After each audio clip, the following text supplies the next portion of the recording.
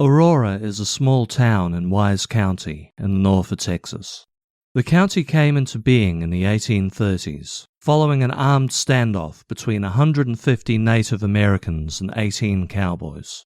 The latter, though outnumbered, won and planted a stake in the ground.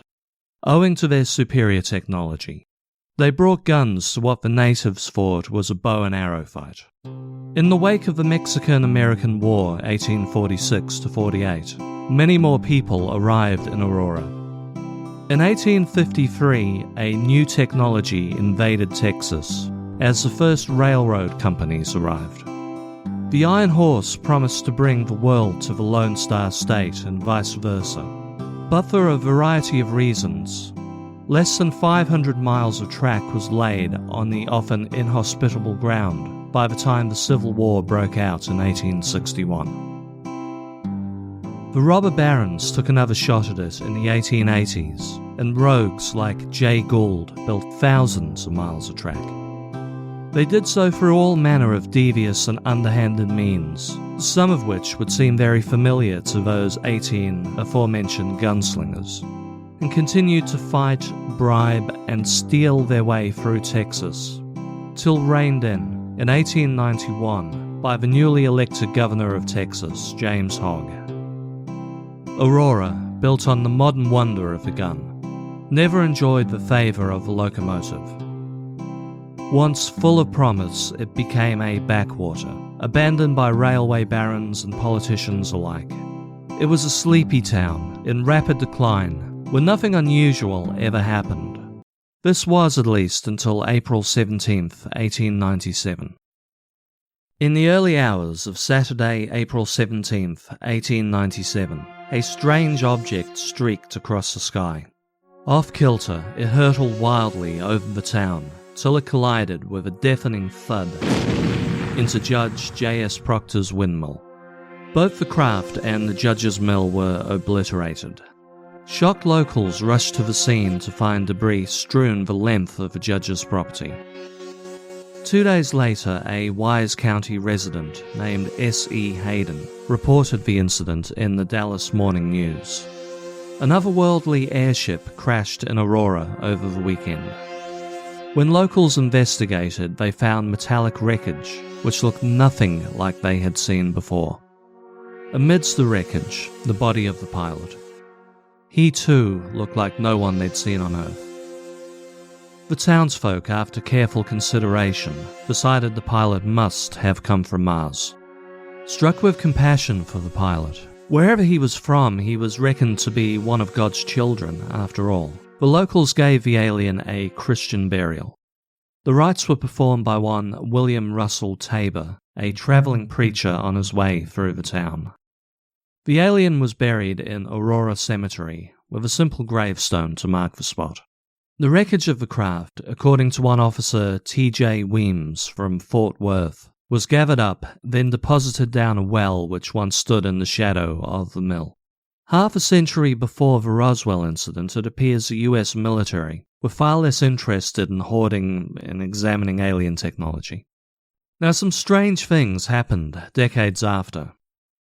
In 1935, a Mr. Brawley Oates bought the Proctor residence. Oates saw a well full of debris as a waste of resources and dug all the junk out. Not long after, he was diagnosed with particularly bad arthritis. He presumed the wreckage had poisoned the water, which in turn gave him the rheumatism. Oates had the well refilled, then put a concrete cap over it, then an outhouse on top of the cap. Now, the thing that didn't happen, as some had hoped, was a sudden uptake of rubberneckers travelling out to Aurora, to the site of the crash. Such traffic would surely have brought the railway in their direction. For a while, the incident even fell out of the public consciousness. And then, the whole incident was revealed to be a hoax in 1980. Time magazine interviewed an 86-year-old local named Etta Peggs. She revealed Hayden wrote the article hoping to bring tourists to the dying town. There was no alien spacecraft. Judge Proctor didn't even have a windmill on his land. Depictions of the well were questionable also, as people started telling the story again in 1947, yes, in the wake of Roswell. The type of well described was one from their own time, only invented in 1945. Since then, of course, many ufologists have argued to the contrary. Several media organizations have reported the incident, lending it credence. The Fox-affiliated station KDFW ran a report in 1998, stating locals claimed something crashed there, but never went all in that it was an alien craft. In 2005, the TV show UFO Files covered a 1973 investigation by ufologists, who claimed they'd found evidence metallic debris was buried with the pilot by using a metal detector, but they were barred from digging up the pilot. They returned some time later to resume their work, but their metal detectors could no longer pick up the debris. Somebody also removed the headstone at some time in the 1970s. It was alleged to have had a UFO-like etching on it. What a shame this happened in the 1970s when cameras were yet to be invented. The 1973 investigation does sound a little slapdash.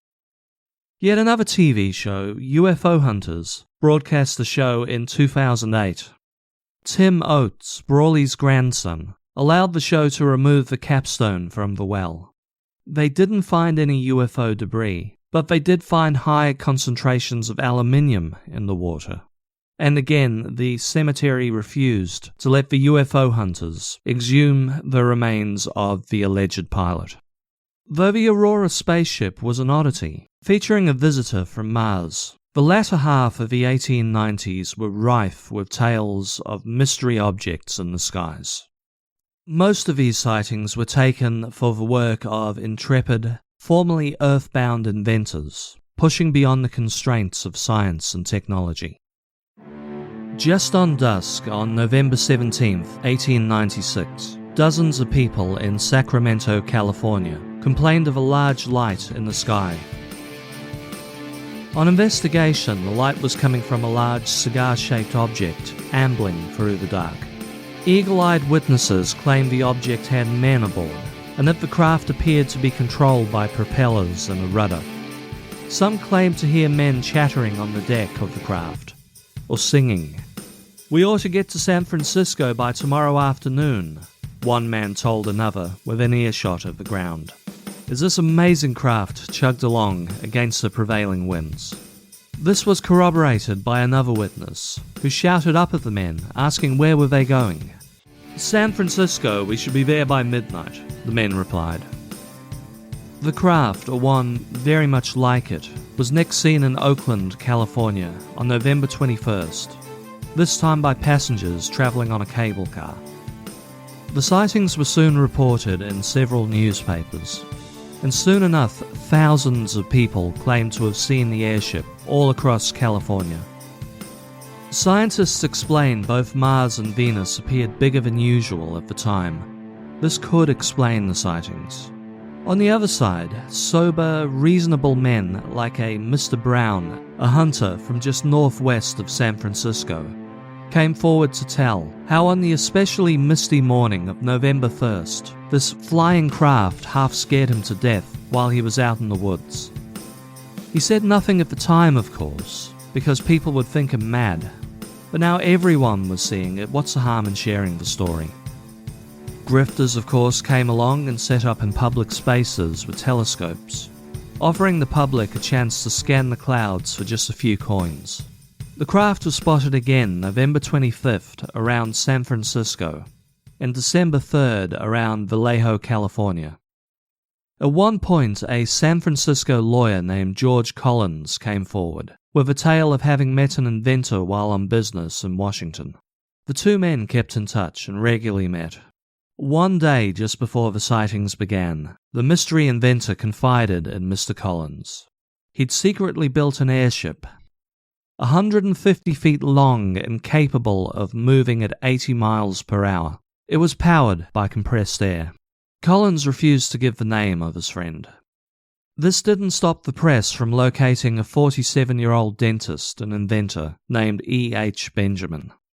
Benjamin stated he knew Collins and was an inventor, but he made dental products. Subsequently, Benjamin was so hounded by the press, he packed up in the middle of the night and glided out to God knows where, just like a Phantom Airship himself. Soon after this incident, former Attorney General for California, William Harrison Hart, came forth, claiming he now handled the legal affairs of the mystery inventor and the second airship builder across the country in New Jersey. He stated he was trying to convince the inventors to produce more ships, to give to Cuban revolutionaries fighting to depose Spain in Cuba. This, in his view, is where the better good was, not in public transport. Hart would remain an oft-quoted figure by the papers. By New Year's 1897, however, the Phantom Airships had disappeared from California. In February 1897, they reappeared 1,200 miles east, first in Kansas, then Nebraska. Late at night, well into the early mornings, the airship was spotted by railway operators as it appeared to navigate eastwards along the railway lines. Reports did come in, however, from places like Harrison, Nebraska, where the craft hovered over the courthouse for 30 minutes to the shock of all assembled. By April 1897, it reached Illinois, afterwards disappearing into the night from whence it came. So best that we can tell, what was happening in the skies in 1896-7? Well, first I should point out these airships were not terribly far removed from reality, but the couple of steps needed to take these craft from science fiction to science fact had been tantalizingly out of reach for a few decades. The Montgolfier brothers proved conclusively in 1783 that human flight via balloon was achievable, having first sent up animals in 1782, then quibbled about sending up a criminal they thought the world could lose if it went wrong. Etienne Montgolfier himself made the first manned balloon flight, only hours before a competitor named Rosier made the second. For a while there was a flurry of activity around the hot air balloon. Jean-Baptiste Mesnier presented blueprints to the Royal Academy in Paris for a steerable dirigible the same year.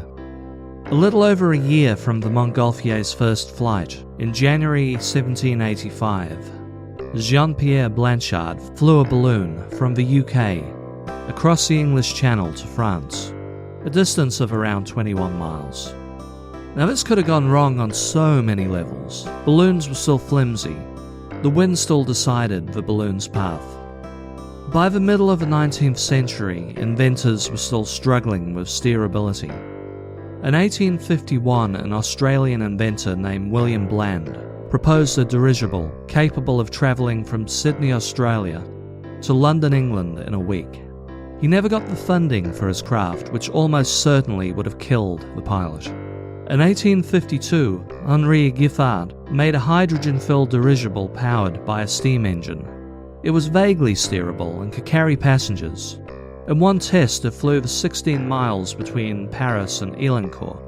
A doctor, inventor, and three-time mayor of Perth Amboy, New Jersey, named Solomon Andrews, built a partially steerable craft named the Aerion in 1863.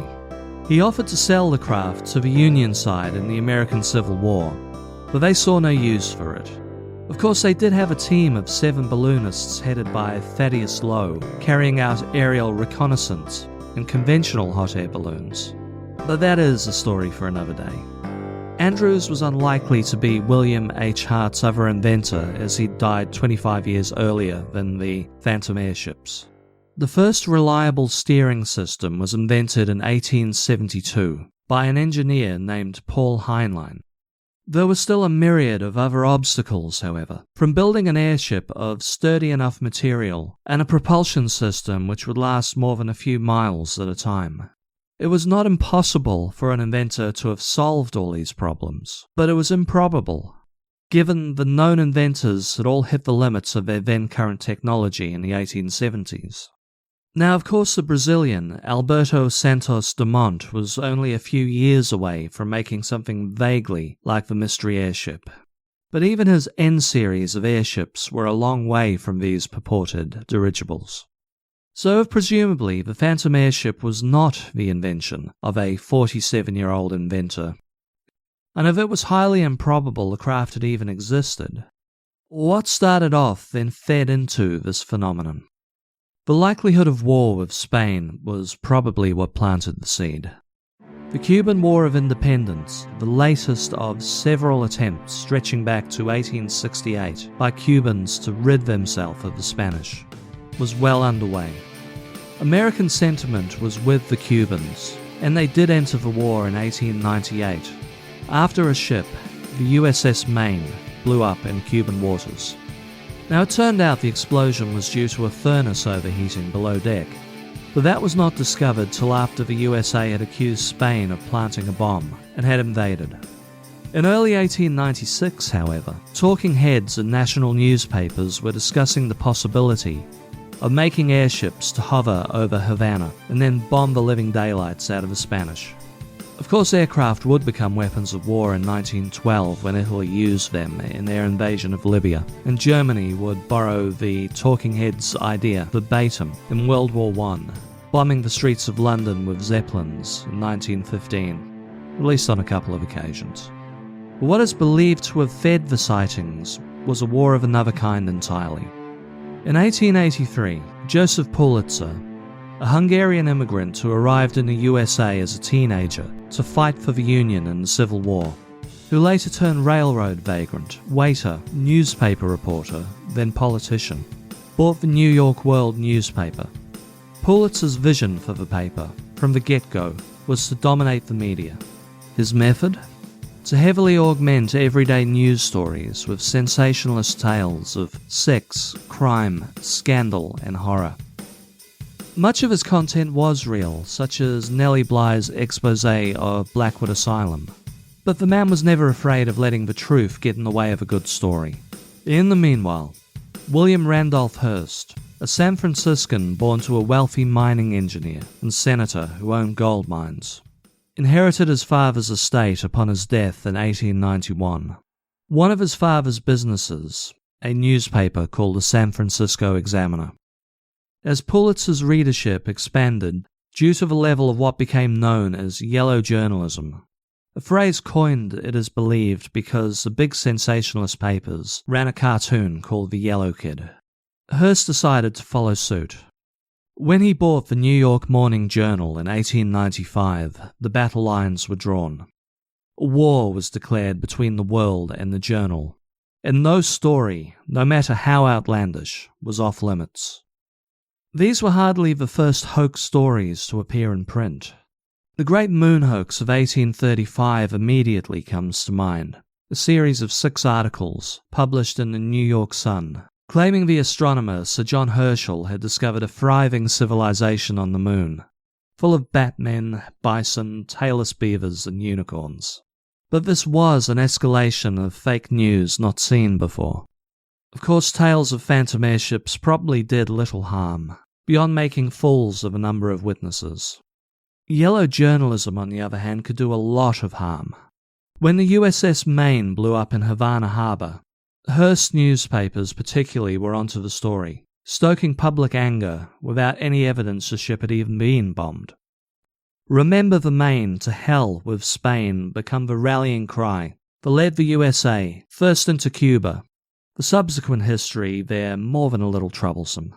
Then onward onto the Philippines, where the USA proceeded to throw Spain out, put people in concentration camps, and cause the deaths of at least 200,000 Filipinos during their occupation.